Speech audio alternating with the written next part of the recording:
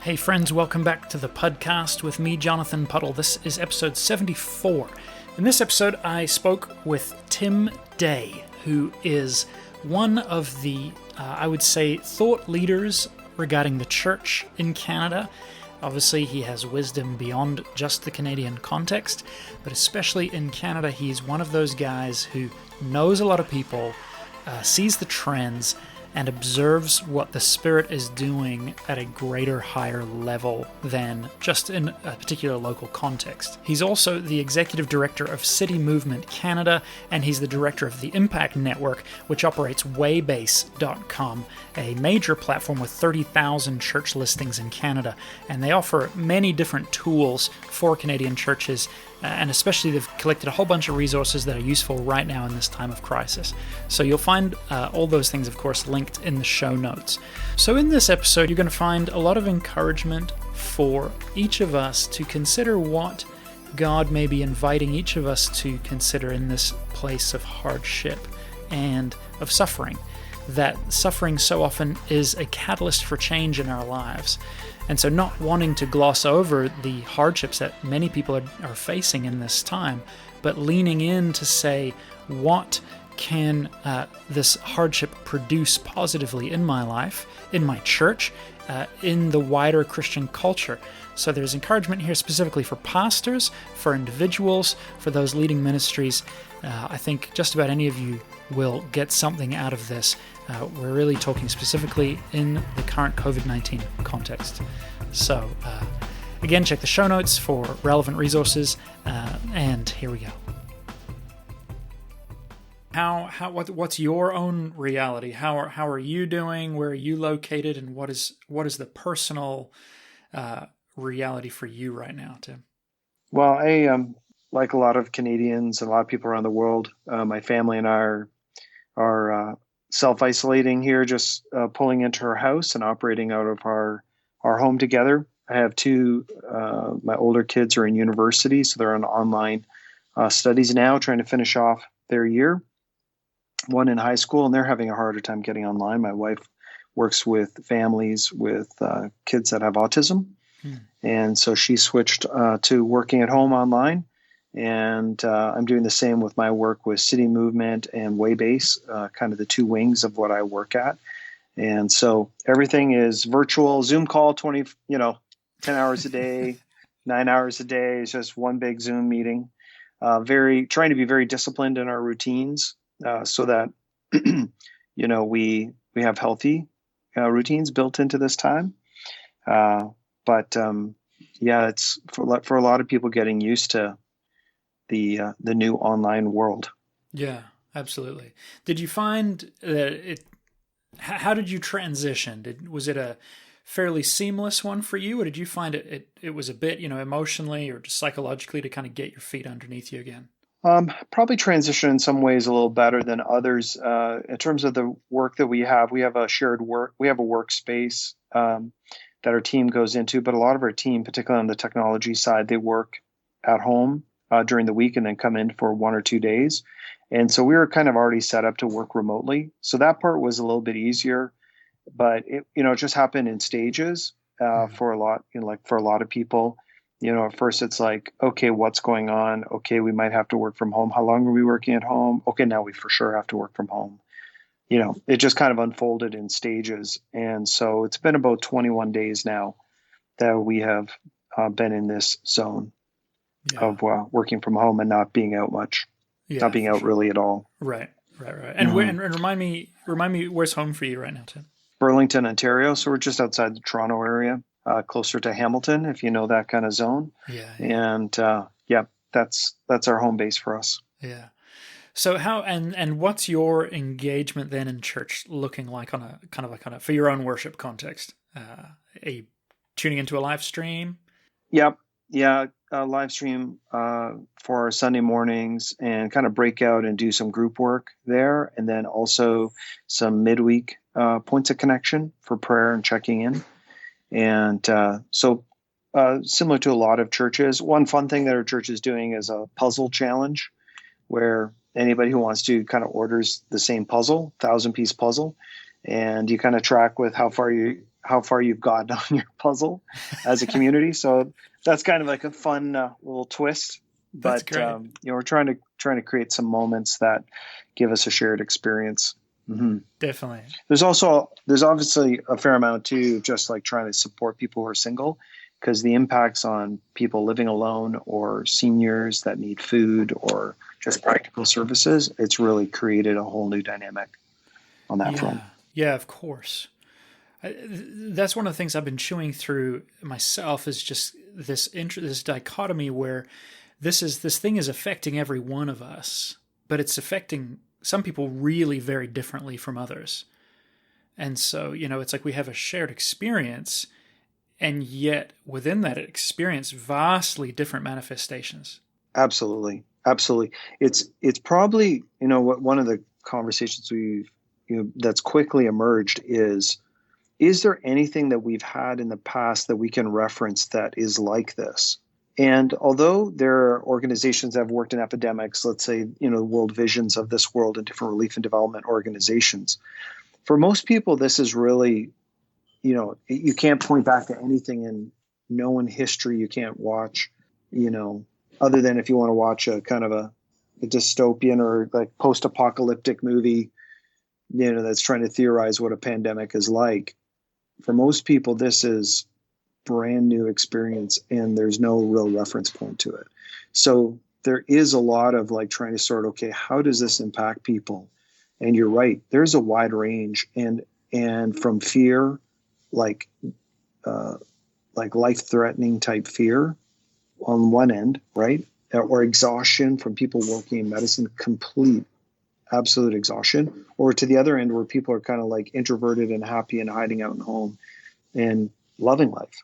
So it's a real spectrum. How's your connection then with the churches from a mission standpoint and from a connection standpoint? Is there a broad spectrum as well among how churches are handling and responding? I definitely think there is a spectrum, although I think there are some pretty common experiences on this. And for different types of ministries, obviously, if you just stop and think about it, like what's the impact on camps or what's the impact on schools that have to send everybody home and have international students, or impacts on smaller congregations, have very elderly population and maybe even an older pastor, through to a large church that's multi-site and used to running a ton of programs through their buildings. If you just kind of like stop and just do like a little mental checklist, okay, what are they probably going through? You can imagine it's just like, first of all, by and large, it's massively disruptive and in a lot of cases, very threatening to the, kind of survival of some of these ministries, what's going on right now, because there's a ton of churches that within 2 weeks of going online have seen their offerings drop dramatically. Yes. And they've also seen a lot of their people be instantly unemployed, right? Whole service sectors laid off. And, like you look at the government doing like a 75% wage subsidy, right? Yeah. Like when's the last time we've ever even contemplated that? Like, I don't think I've ever even thought of that as an option. And, so this is, I've talked to pastors of large churches where they've laid off staff almost instantly. Senior leaders taking 30% pay cuts right out of the gate. Whole ministries in some cases have laid off almost all of their staff. So it's just I'd say the common things are, and we saw this in a survey, how do you switch everything online? What do you do about the financial crisis and money to survive? How do you do community during this time in terms of actually people feeling cared for? And then what do you do for all the vulnerable people that are affected, whether they're affected and in critical condition because of COVID, or just have other care issues like shut-ins, older people that need meals and can't get out? It just is created just like a storm of, kind of a whirlwind of activity that is also causing a lot of emotional stress. Like there's a lot of logistical issues, but there's also a lot of ministry leaders that are expressing like, I'm exhausted at the end of every day. Like I get done with my 10 hours of Zoom meetings and I'm exhausted. I've never been this tired. It's because they're on brain overload. Yes. And then also have just a certain amount of like emotional exhaustion because there's this grind going on beneath you or behind you. Like, what if my parents get really sick and I can't even go visit them? I can't even see them in the hospital. Yes. Which can be very personal that way for a lot of people. Or I have just had to lay off a bunch of my closest staff, and I don't know when I'm going to take them back. I don't know when we're going to get back together. These types of things, people love people deeply. We live in the trenches together and serving together and living in community together. And then all the ways that we normally cope have been taken away from us. We normally get together. And I don't know a time in the past where the church hasn't been able to get together, at least in the West. Like, when have we not, even in world wars and stuff, when have we not been able to get together to pray together or check in? This is really the first time that we've been finding ourselves in this situation. So there is a spectrum for sure, but there's also a lot of real common experiences people are having right now. Yeah. Wow. I concur with everything you're saying. It's like, we remember when there was that blackout, and it was a little bit like that, except that all our stuff works and right. We can't see each other. And then, some people are old enough maybe to remember World War II or their own national conflicts, or, we remember the fear of the Cold War. There's such destabilization, like you've used that word a couple of times, and that's definitely, I've been feeling that. To have kind of like the rug pulled out from you, all of your emotional supports pulled out from you. What do you think, and maybe this is getting ahead of ourselves, but my brain immediately starts to go, what changes are permanent? What do we learn about ourselves and our communities now that we haven't had to learn that actually permanently change the way we do church? Has your brain gone there yet? Yeah, it's something that has come up in some conversations, and some changes are done to us, and we kind of wake up on the other side and like, ooh, I'm different. And then some changes we embrace, and we kind of embark on the process of change because we know that we need to go from here to a new space. And so I think, and this is all speculation because only time really tells, humans are incredibly resilient, and there's certain things that we've done for thousands and thousands of years that, I think we should take a certain amount of comfort in. Is we like to get back to normal, and at some point in time we will get back to a kind of normal where we are doing the things that we've always done together. So I don't think we should think of, oh wow, people are going to realize they don't need community, they don't need to be together. They don't need to go and hang out together. That's not going to happen. Like, we're going to really work hard at this until we can be back in community together. But having said that, what are some things that we can learn? I definitely think this is a huge learning time for people related to our shared, how much we're alike across the globe. In the past, world wars have pitted us against each other in a very dehumanizing way. And it's been about, just a lot of destruction and hatred and fear. This is very different. Everybody is kind of on the same page and working against the same threat. And I think you're seeing political parties, like, we've been in a time of incredible ideological conflict, right? And we see people kind of like having to set that aside to work together. Now, I'm not saying that we're not going to go back to our old ways of villainizing people and disliking people. That seems to be what humans in their, how do you say, who live independent of submission to God, if I can say that, right? We go back to those old ways, those destructive ways. But I think we have an opportunity to learn, hey, do you know what? It is really good to find ways to work together. I think that's particularly true for the church right now. Can we step out of some of our historic divisions and kind of theological, siloing, we're this people, we're that people, we're different than you, we're better than you, and actually find out what it's like to work together and have a common experience. I think there's a huge chance to emotionally learn by doing, by working together.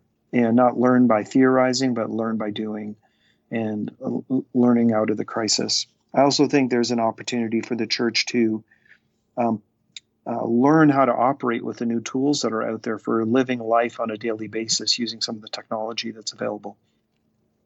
A lot of churches are being thrown into chaos because they don't know how to relate to people. And we've used social media like celebrities or influencers do, which is, hey, notice me. Hey, notice me. Hey, look, I'm funny. Hey, look, I'm cool. And it's really not about doing life together. It's not about action. It's not about we're on mission together.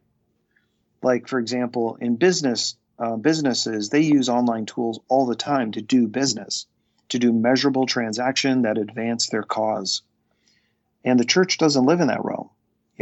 We do everything through meetings, and then we use social media for kind of attention seeking, or maybe passing some tips around or some ideas around, but we're not really on mission together in the same way that businesses do that. And I think there's a way for us to kind of like come into the future, kind of be pushed into our own future this way, to say, do you know what? If we kind of went cold turkey for a little while, you know what I mean?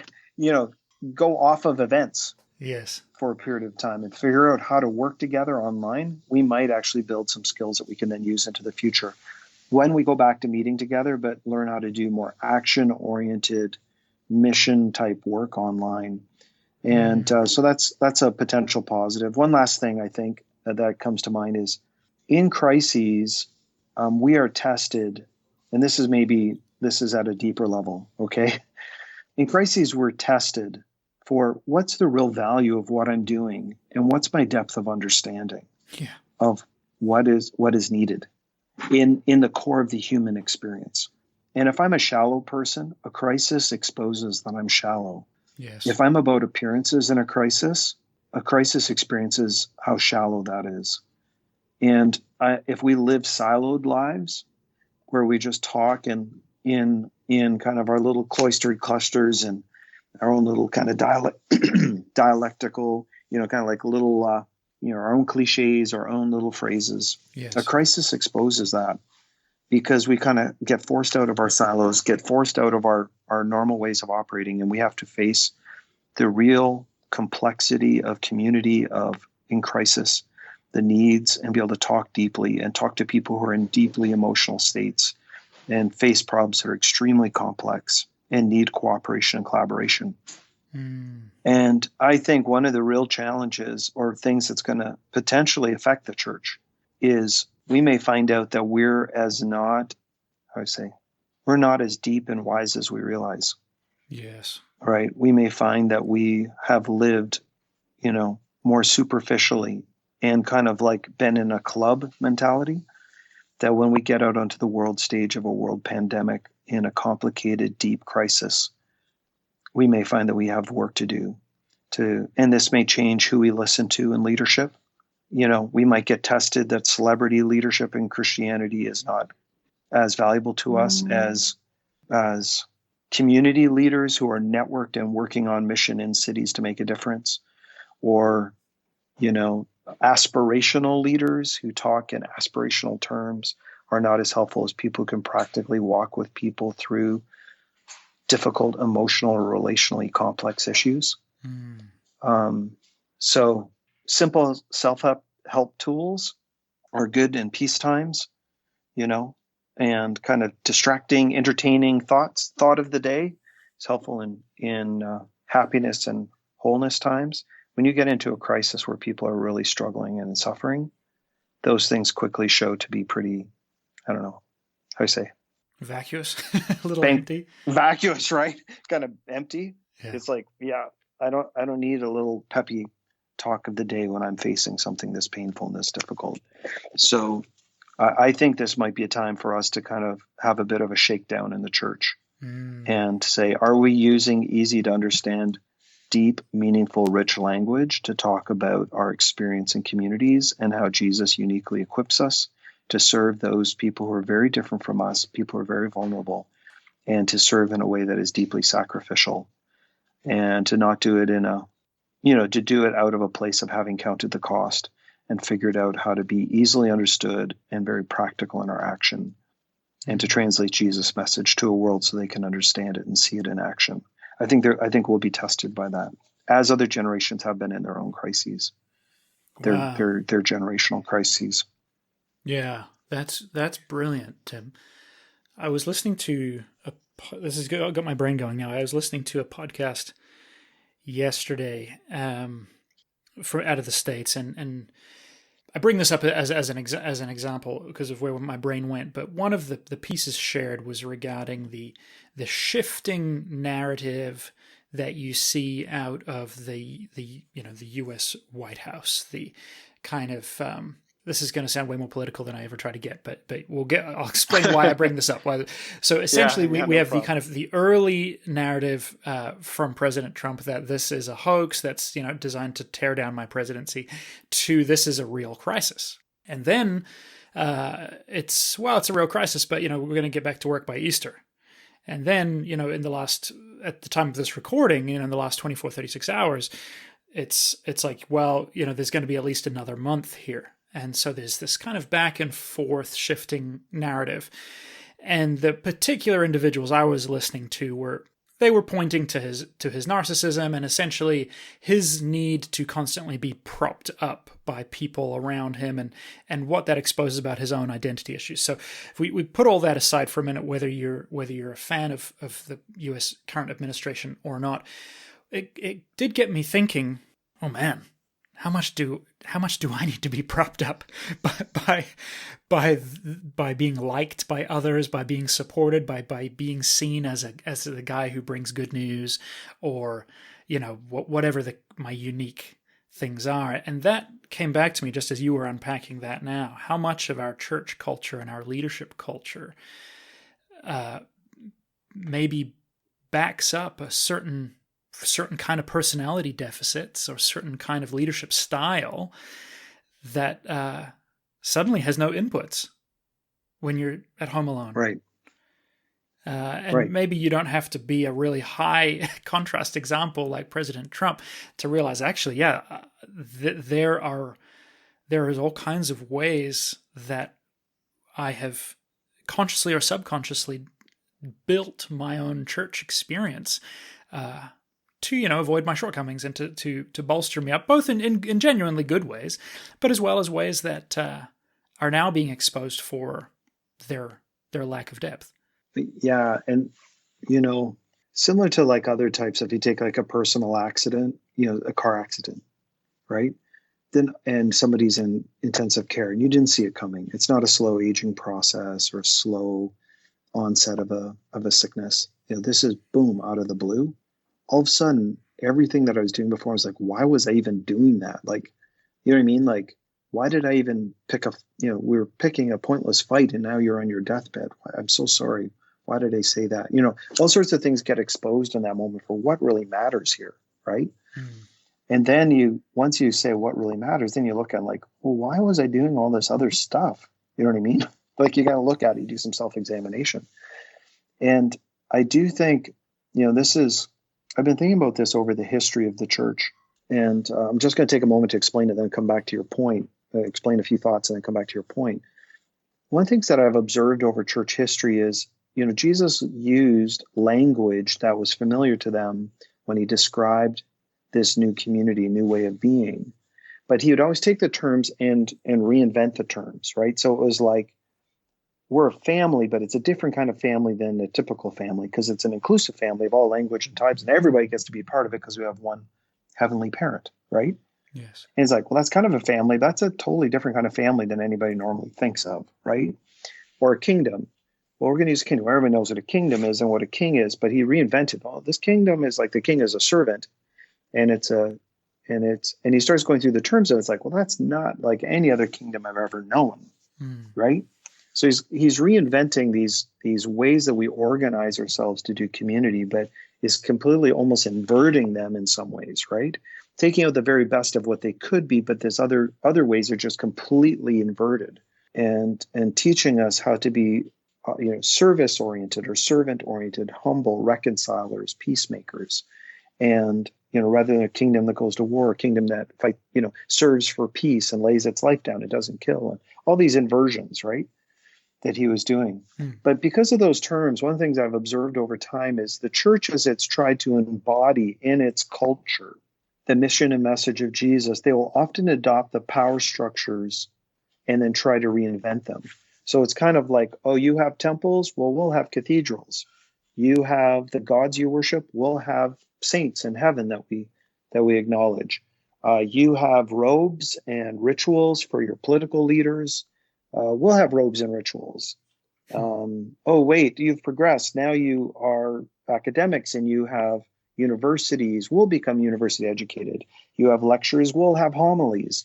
You know what I mean? Yes. And we keep morphing. And I'd say the most recent manifestation in the West, at least, is, you have celebrities. We'll have celebrities. Totally. Your celebrities look cool. My celebrities look cool. And we kind of have this kind of like parallelism almost through the centuries where the church has tried to reinvent itself as the alternative kingdom. If I can I use that kind of idea? Yeah, makes sense. And so we kind of speak to the culture, but we kind of embody the culture, and we get caught in this space of like, well, how do you do that well? And I'm not criticizing it to say we should have never done that. Okay. I'm not trying to speak like a negative wash over the whole church. Okay. I see it as a very authentic struggle, and that there's some that did it well and some that did it badly, and it's gotten us into trouble in a lot of places. And we tend to see the past with more critical view, and we see ourselves in more sympathetic. You know what I mean? Yeah, for sure. Right? Those people. That's pretty normal. Those people. I'm not like that. And so I think when we come into this cultural moment, into this moment in time, and you get in a crisis, I think it becomes one of those times of like, well, I wake up and become self-aware, and you talk about the present, U.S. administration and any administration. We have Canada, we have UK, you could talk about India, China, whatever. We could apply this same sort of critical perspective to any of our leaderships, right? Yeah. And say, how humble are they? How self-aware are they? How wise are they? Right? How reactive are they? How narcissistic are they? Then you could also go to organizations and Hollywood and Silicon Valley and Wall Street, and go to all these places and say, well, how are we doing in this crisis? I think it's pretty safe to say probably most of us aren't doing very well, and probably the church is no different. And if I look at myself, I'm like, this is a time of testing. And Scripture talks about times of testing. You find out what's inside. How much gold and how much dross. And it's easy to point the fingers at other people. It's easy to point the fingers at other times in church history. But this is our moment. And will we submit individually? And the only person I am really responsible for is me. Will I submit myself to the refining work of God to really test out how much has been real, in submission to God, and how much of it has been me putting on the clothes, of my culture, or adopting the roles of my culture, trying to fit in. And does that need to be looked at with fresh eyes and renewed with the purity, with a pure heart before God? So I say all that to say, this is a time to take some time to think deeply and not just think reactively, which I appreciate the work that you do on this podcast, Jonathan, to help us think deeply. Well, thank you. I mean, I'll get on the microscope for that example. I mean, I spent all of 2019. I had felt like the Lord said to me that I needed to become responsible for believing and owning the love in my life. It was like, I've surrounded you with people who love you, but the only one who doesn't believe it is you, and the only one who's responsible for bringing your heart to believe it is also you. And right. so I kind of went on this journey to learn to see myself as God sees me, and become enough for myself in that way, right? Not in a sanctification way, but in a hey, look, I'm the first gift that God gave me, and I need to treat that gift with love and cherish it. Yeah. Because how else can I possibly love my neighbor if I don't love myself? So, I mean, that was my 2019 journey, and I've got a devotional coming out shortly that's all from my learnings on that. But this has been such an interesting test of that, even because in the past I've been an exceptionally social extrovert, to the point of codependency and poor boundaries sometimes around where I receive my emotional fulfillment. And so that's been really encouraging to actually really feel like I'm really quite content in this present season with myself and my family. Jumping on Zoom and friends saying, "Oh, we miss you guys so much." And of course I miss my friends, and they're going to be listening to this and they'll be like, "What? Where's he going with this? He doesn't miss us?" Of course I miss my friends. But there's been a deep settledness in my heart that is new. And I'm very, very grateful for that. On the flip side, man, I've recognized how unkind some of the quick outputs of my heart are. I like to think of myself as a very kind, accepting, non-judgmental person. And, a week into this, I'm hearing all these different churches use all kinds of different language surrounding why they are or aren't meeting. But before we all locked down really tight, when there was that 1 or 2 weeks of, well, we get to choose. And I put this thing out on Facebook that I felt was really insightful and really kind of like, interesting what our language reveals about ourselves. And in the week or two since then, I'm just like, man, I don't feel nice about some of the default things that came out of my heart right off the bat. There is a judgmentalness and an unkindness that, to be very frank, I don't want in my brand identity. Right. You don't want that to be you. Exactly. Right? No, I don't. You don't want that to be you. Right? Exactly. And I'm troubled that it is me, and that when squeezed, that's one of the things that comes out of me. Obviously, there are other wonderful things that come out of me that I'm relieved to find, but there are other things that are coming out too that I'm like, I didn't realize this was sitting in the bottom of the well. Yeah, and that is, this is one of the opportunities of people that we don't like, right? That we have a negative reaction to. And we think that the problem, this is my tendency, is like, I think the people that I don't like, the problem is they're not likable. I don't think of them as they are people who are surfacing in me things, right, that I need to face about myself. It's just always easy to be everybody else's fault, and it's kind of funny. There's this very funny story about, I don't know if you ever heard of Coco the gorilla that knows sign language. Yeah. Right. And you've ever heard the story about when Coco got a bit physical and pulled the sink off the wall? No. In his room. Well, anyways, he had a little pet kitten that they gave him, and he'd have as a pet, right? Took care of the kitten. But when he pulled the sink off and they came in and signed, like, what happened to the sink? He said the kitten did it. Okay. Which is like such a beautiful picture, right, of the human condition. Yeah. In that any problem in my environment is obviously somebody else's fault, right? Yes. And, this is why I think we like leaders that we hate, because it gives us an easy target for us to peg stuff on other people. Mm-hmm. It's a quiet way to feel better about ourselves. Well, and anger feels powerful, and we're so powerless in this context. Right. So it just becomes like a real easy go-to place unconsciously. We don't even think about it. We just do it. Take a quick break to thank my Patreon supporters and to everybody who shares these podcasts, tells your friends about them. Thank you so much. You guys make this possible, and you keep me encouraged, and it means so much. Thank you to Iris, my latest supporter. It's a blessing to have you, and I'm so thankful for all of you, especially during this time. Your constant words of encouragement and support mean so much to me. God bless you all. Thank you, thank you, thank you. And I do think, one of the passages that I have spent a lot of time sitting with is the Beatitudes. And I'm convinced that the Beatitudes have within it a progressive flow, that the first 3 stanzas are about a posture, emptying out the interior of our lives until we're hungry and thirsty for the right kind of relationships, the right kind of life. And that transitions then into mercy, an experience of mercy which then opens up a pure heart so that we see God for who God really is, which then positions us to be peacemakers in the world and ultimately suffer with God in the redemption of a broken planet.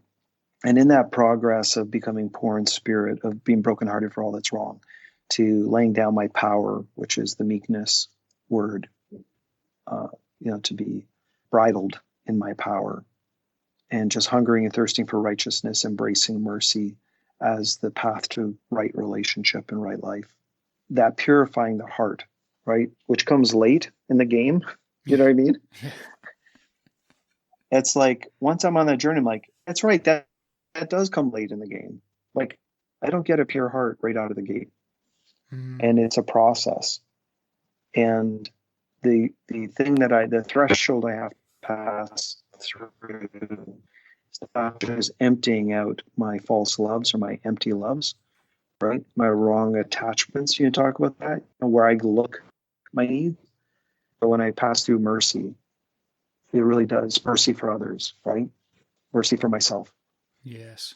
Mercy for this world, that my heart starts to be refined in its motives and I start to see God more clearly. Yes. And I think that in this moment in time, I think for the church, in the refining fires, in the testing of this time, I think it's for me, it's for whoever's listening here. It's not a time to see how everybody else is doing, but to say, right, God, where's my next point of growth with you? Where's my next point of growth? Yeah, that's good. So then another passage comes to mind, or another verse, another sentence. It's not really a verse in the Bible. It's from A Tale of Two Cities. Are you familiar with that book? Yes. The opening line, familiar, famous line, is the best of times, it was the worst of times. And I think that's what every crisis ultimately offers us. And I think this is similar to other crises in the past. Becomes one of our hardest times, but becomes one of our greatest opportunities too. So I wonder what happens, how we emerge from this a month, 6 months, a year, whatever it looks like, and we return to our communities, or we continue, whatever that looks like, with perhaps a greater compassion, a greater embodied mercy. I wonder how much we're shifted in whatever the future world looks like, simply because of that fact. This large opportunity, invitation, if you will, to look into those next growth steps. Yeah, and I think that's, I said at the beginning, some changes are done to us and then some we embrace and we pursue. And I think the challenge for me individually, but also in my realm of relationships, is, can I receive what's happening to me, but then see God at work in that, and then start to embrace that and partner with that and lean into that, and to say, how do we need to set our sights to be different in the future? And I definitely think in terms of our cooperation together, being very practical in serving our local communities, being built ready, kind of being built for service in very practical terms, less aspirational, more practical. I hope out of this season we get better tools, but also better mindsets for what's core to our life. Yeah. I've felt, even just in the neighborhood, we've got this sign hanging up that we've put up over our garage that says, "Take heart, we're all in this together."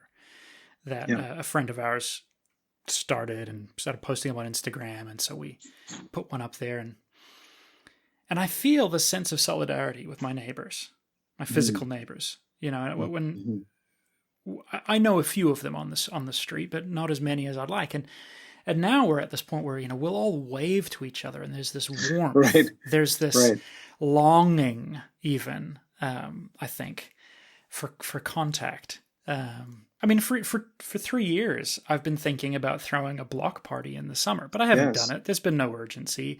I have plenty of other friends. It just kind of like it doesn't happen.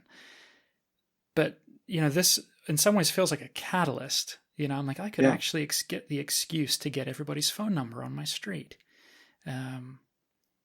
Because I could drop off a note saying, hey, if you need anything, we're at this number, and just drop us a line. And our neighbor brought us toilet paper because she was still working at No Frills. And, it's like, oh, yeah, thanks. A neighbor walked by the other day and she said, I love your sign. It cheers me up every time I see it. And I'm like, that's the most interaction I've ever had with that neighbor. Right. But she lives like 100 yards away from me. Right. And is my age and seems like a nice human being. Right. Oh, yeah. And I think these moments, and it's kind of like, it's sad that this is the case, but it's not uncommon. It takes a crisis like this for us to wake up to what we want, but we allow the other distractions to crowd out. Yes. And, you kind of have the sower and the seed, right? The cares of this world choke out the good stuff, right? Yes. And you could take it very specifically to, Jesus' message being applied in our lives, but I think it could be brought into the quality of life that he wants for us gets choked out because we've got a lot of other stuff going on. And it's very simple, it's like when you talk about a block party, right? The thing that strikes me about Jesus is kind of like, hey, do you know what? If you're all going to get along, you should have some meals together. Exactly. And you're like, that's like thousands of year old human wisdom. Well, yeah. And it's not, it's funny. I was thinking about this the other day. It's not just Jesus, because on the one hand, we can think of, Jesus loved eating and drinking. But even the pivotal situation where Paul is trying to figure out whether the Greeks need to get circumcised, right? And they travel back to the council. He's like, look, I've got this guy Titus. He seems like he's totally got the life of Christ in him. Still got his foreskin. Is that okay? And James is basically like, well, yeah, I think it's fine. Just make sure that when you guys eat and drink together, that you're not eating food sacrificed to idols, because otherwise the Jewish believers can't join you. I'm like, yeah, preserve the table. Yeah, and make it as open as possible. Yeah. Right? Like we kind of like what's the spirit behind it, right? Yeah. And that is like eat in a way that everybody, make the adjustments so as many people can participate together and just share it, because that's what it's all about. It's about a big open table. If you don't that, if you're too exclusive, you're missing the point, And in these moments, you kind of come back to it's like, yeah, Christians probably should be really good at like condo parties and block parties and neighborhood, barbecues and stuff like that, shouldn't we? We follow a guy who had an ill reputation for neighborhood parties, right? And what's the one thing we never don't do? Yeah, because I think there is kind of like, it's a great opportunity for a reset button. That's another thing, you could say is, or reinvention is God recalibrating us in this point. And something else I'll mention too, that I've known this about human behavior. We don't change because of opportunity. We change because of pain. That is like the most, for kids. Kids don't need pain. Kids change by opportunity, curiosity, learning. But adults almost always need a pain catalyst to change. So maybe this is a part of, we'll look back and see this as our great reformation. Wow. Yeah, let it be, like in the best way, Yes. Yeah, in the best way. Could we be reformed as a church? Yeah. One last question that I'd love to just hear your thoughts on. As we've been watching the spread of the virus and different containment measures in different nations, I've been fascinated by how culture impacts things. We take Japan, for example. When we look at their data, they seem to be very effective at slowing the rate of infection. And so people will say, well, look at Japan, they've locked down. But I spoke to a friend in Japan, and he said, well, we're not really that locked down. But the underlying cultural aspects and hygiene and the way Japanese carry themselves in life and the way they respond to authority had a built-in cooling effect on social engagement and have had the result of a slowed infection rate. Similarly, we see in the Nordic countries where there's a really high degree of trust in government or trust in institutions. It's kind of like, okay, well, we'll just get on board. And then, we see a bit more in the States, where there's that state by state level independence that we all get to kind of make our own decision ourselves, and there's it's a different structure. And I feel like, as so often is the case, Canada finds itself kind of in the middle, kind of like, well, generally we're going to do what we've been advised to do. I'd be interested on your thoughts culturally, but even just beyond that, into the church, are there uniquenesses in the Canadian church at large that just may play into this or are worth commenting on? Yeah, I definitely think, that this is its own kind of like waking up to ourselves as we look around. It's like, oh, it's, wow, we are kind of different. And why is that? Why are those differences there? Some of them are pretty easy to tease to the front, right? A lot of the entrepreneurial spirit of migrating west, coming out of Europe into, the Western migration, right? The further you go, the closer you are historically to entrepreneurism, the more independent, the more, oh, this doesn't apply to me. You know what I mean? Right. I'll risk my life, right? I want to get rich. Yeah, exactly. There's gold in those hills. There's gold in those hills. I know it might kill a few of us on the way, but gosh, I'd rather be a millionaire than be poor. That kind of mindset can kind of shape some of our decision making in times like this, of how important making money is versus safety, and submission to authorities versus autonomy and independence, and leave me alone. So I definitely see that. And, just globally, they talk regionally about some very big macro long-term cultural paradigms, like an honor shame culture versus an integrity guilt culture versus a fear power culture, and how they have different leadership models and inherent values, and what's a life and death issue and what's not a life and death issue, and those things. So I'll just briefly comment on this for whatever it's worth. In an honor shame culture, a shared ideal and authority is very important. And what your status is and how you relate to that shared ideal and that authority structure, your status and your contribution, is very important. Your honor, how you are positioned, that's much more life and death, if I can say that. Feels life and death. That's why you'll see in honor shame cultures things like suicide rates for having dishonored the family being much higher, right? Yes. Or even or honor killings, right? Which is hard for people in other cultures to imagine. Then in integrity guilt culture, that tends to be a little bit more familial, if I can say that, based. More survival through the family tends to be more in integrity guilt cultures, often in cold climates where you had to kind of band together as families to survive. And those tend to be much more like high value on fairness and sharing and nurture and obligation to each other. And these types of value sets that come more with family type structures get baked into the culture. And so,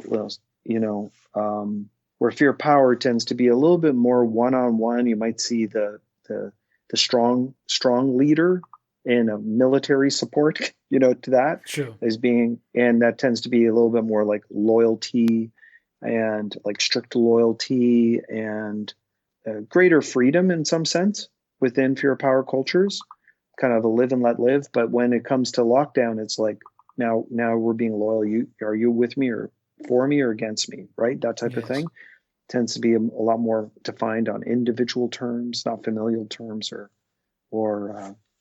tribal or, larger societal structures, but much more kind of like smaller, independent, like you expect loyalty. If I'm the leader of a fear power culture, I expect everybody to be loyal to me, that kind of thing. I put my picture up, those types of things, right?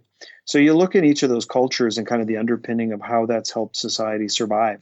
And I don't see them I just see those as ways that people have learned to survive in different settings, and how that's kind of got baked into how they operate. It's just their normal operating system.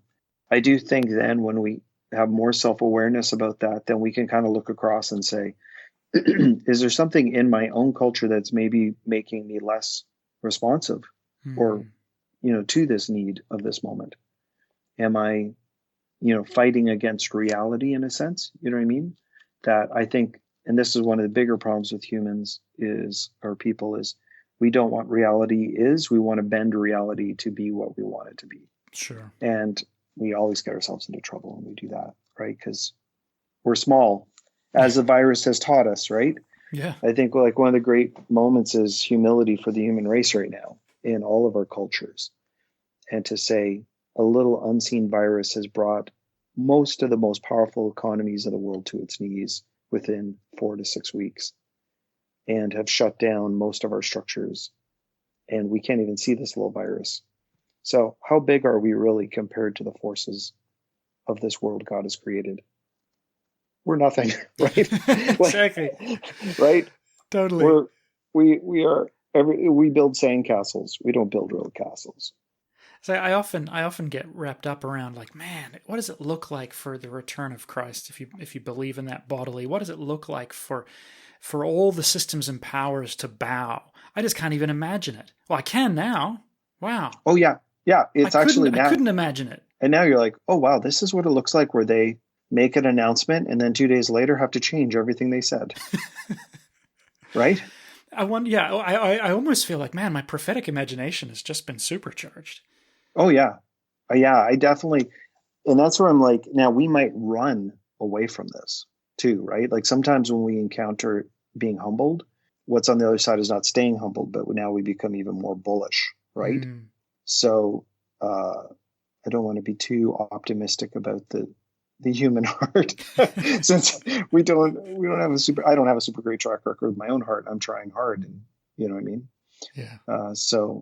Anyways, but having said that, I definitely do think that if we open our eyes, we will see a lot right now in terms of like this, good insights.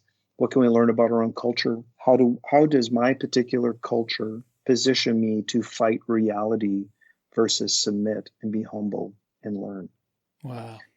Right? Or where does my culture maybe actually help me? And it's actually a good part of my culture that I can pause and like, well, that's good. That's, thank God that I've got that in my culture right now. Yes. But then also, how can we learn from each other too? Like just have hearts that are open in this moment to say, what can we learn? Let's say, from different cultures around the world that can be our teachers and guides in this moment, that we can see the benefit of the things that they take for granted in their culture. And maybe if we learn from them, we could grow and become better because of it. So often people, it's just the human thing of wherever I grew up is obviously the best place in the world. Yes, exactly. Right? So can we get over a bit of that and learn from each other? Tim, I love all of these reflections. Would you be willing to pray for us to wrap up? Yeah, thanks, John. God, as we're just talking about all these things, we're just two of your children wrestling with the world that we live in, and it's a world that's rapidly changing. And there are people listening in from around the world just kind of on this journey with us, reflecting and thinking about the things we've talked about today. I think what I want to just end on here as I'm praying is just that acknowledgement of how small we are, how dependent we are on you. And God, in a time of crisis, it's the time to really slow down and allow you to speak deeply to us and reshape us, to help us become more aware, more anchored in what really matters in life. And God, we invite you to speak to us later today, tomorrow, as we sleep, as we wake up, to continue to refine our understanding of the type of life that you offer us, both through the example of Jesus, but also in his call on our lives. And that as we follow Jesus and learn how to do that better, may we continue to open up and see unfold before us the full life that you want for us. So in this season of a global pandemic that is bringing a world to its knees, this broken world that you created, but right now is being humbled by this pandemic, may this also be a time when we individually and then collectively as your church are reformed and reshaped to better serve you in the future. We pray this in Jesus' name, amen.